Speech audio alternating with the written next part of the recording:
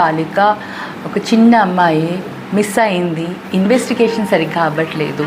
Minor పిల్లల్ని తీసుకొని వాళ్ళు తప్పు చేశారనేసి వాళ్ళు చెప్పడము, అంటే మన రాష్ట్రం ఎక్కడ పోతుందో నాకు అర్థం కావట్లేదు. ఈ ఇన్వెస్టిగేషన్ అనేది ఎంత తొందరగా క్లోజ్ చేస్తే అంత మంచిది.